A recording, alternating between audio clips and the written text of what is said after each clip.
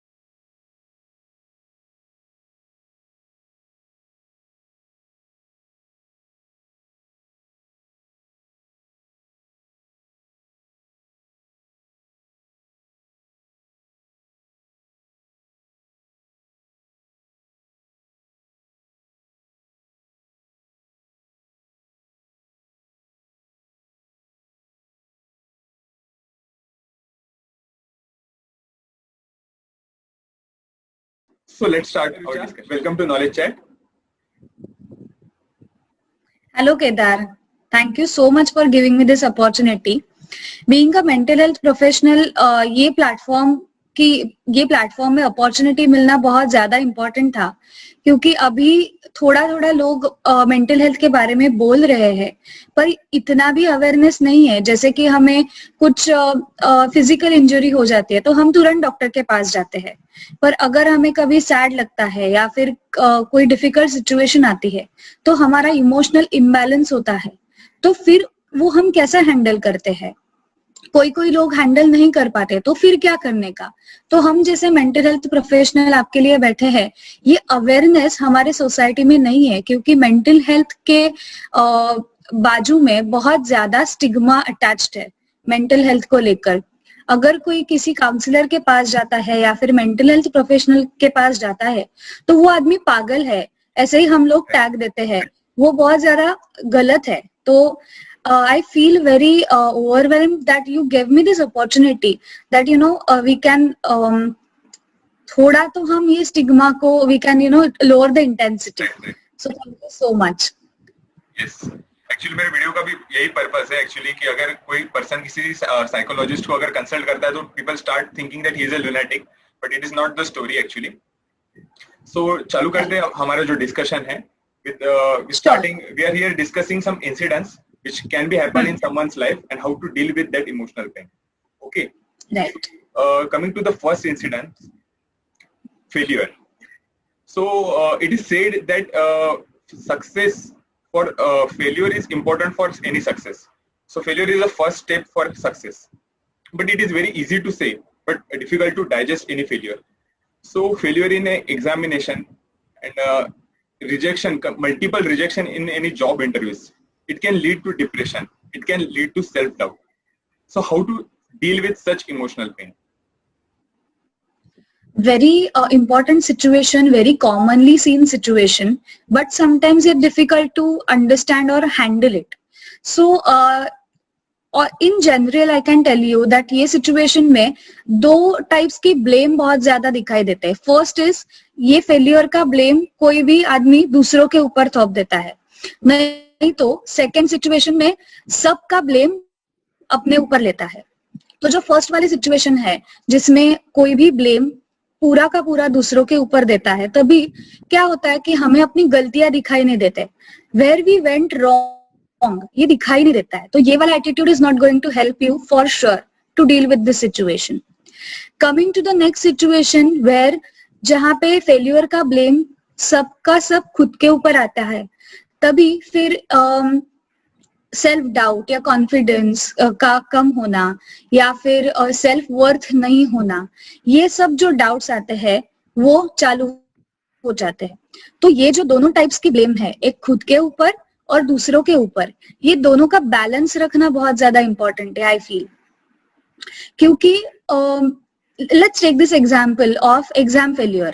अगर कोई भी एग्जाम में फेल हो जाता है, then I can tell you the simple technique that you write down in that particular situation. Let's take exam failure. What was in your control and what was beyond your control. हमारे हाथ में क्या था और हमारे हाथ में क्या नहीं था. For example, एग्जाम्स के बारे में what was in our control is पढ़ाई करना, and what was beyond our control is exam centre कैसा है, हमें अच्छी कोचिंग मिलती है कि नहीं. Right? It is not in our hand up to certain extent. So ये सब लिखने के बाद हमें क्या होता है, हमें बहुत क्लैरिटी मिलती है कि where we went wrong, हमारी क्या गलती हुई और हमारे हाथ में क्या नहीं था. तो वो जो बैलेंस है वो हम थोड़ा तो अचीव कर सकते हैं. And another thing I want to tell you, especially to deal with this situation, is 5 keywords. I have named it as ASPEA. Okay, so SP. I have named this. So A stands for analyze your failure. S stands for set realistic and small goals. P stands for plan different strategies to achieve those goals. E stands for execute those strategies. And A stands for achieve the success. So I want to emphasize that failure gives you another chance to rectify your mistakes. It's again a start. It's a restart to the new journey. So failure is never an end. It's a start. We need to understand that. So that's it about. So thank you so much, Rucha. I hope जो भी आपने advice किया वो बहुत जो हमारे subscribers है, viewers है, उनको काम में आएगा. Because being from CA fraternity, I also know that मतलब कुछ एग्जाम्स है जैसे कि चार्टर्ड अकाउंटेंट के प्रोफेशनल एग्जाम्स है या फिर यूपीएससी जैसे एग्जाम्स है जिसमें फर्स्ट गो में लोग पास आउट नहीं हो पाते. So instead of going to the depression, if they follow the key methods suggested by you, I guess it will be helpful for them.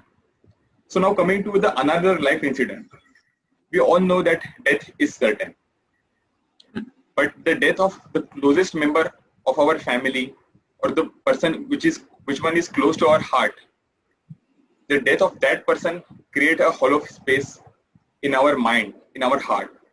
So how to deal with that pain? How to get rid of that pain? Very interesting question, I must say. Okay, very interesting question, I must say, because बहुत लोग death के बारे में बोलना पसंद नहीं करते हैं. So I really appreciate, Kedar, that you tackle this situation or you gave attention to that particular situation. So coming to your question, being a mental health professional, I want to say that जो हमारे positive emotions है जैसे कि happiness, surprise, okay, वो accept करना हमारे लिए और हमारे आजू बाजू के लोगों के लिए जैसे कि family members हो या हमारे friends हो, वो easily accept करते हैं. But when it comes to our negative emotions जैसे कि सैडनेस, ग्रीफ, ये सब जो निगेटिव इमोशंस है वो एक्सेप्ट करने के लिए हमें और हमारे फैमिली मेंबर्स को या आजू बाजू के लोगों को टाइम लगता है. वो डिफिकल्ट हो जाता है एक्सेप्ट करना.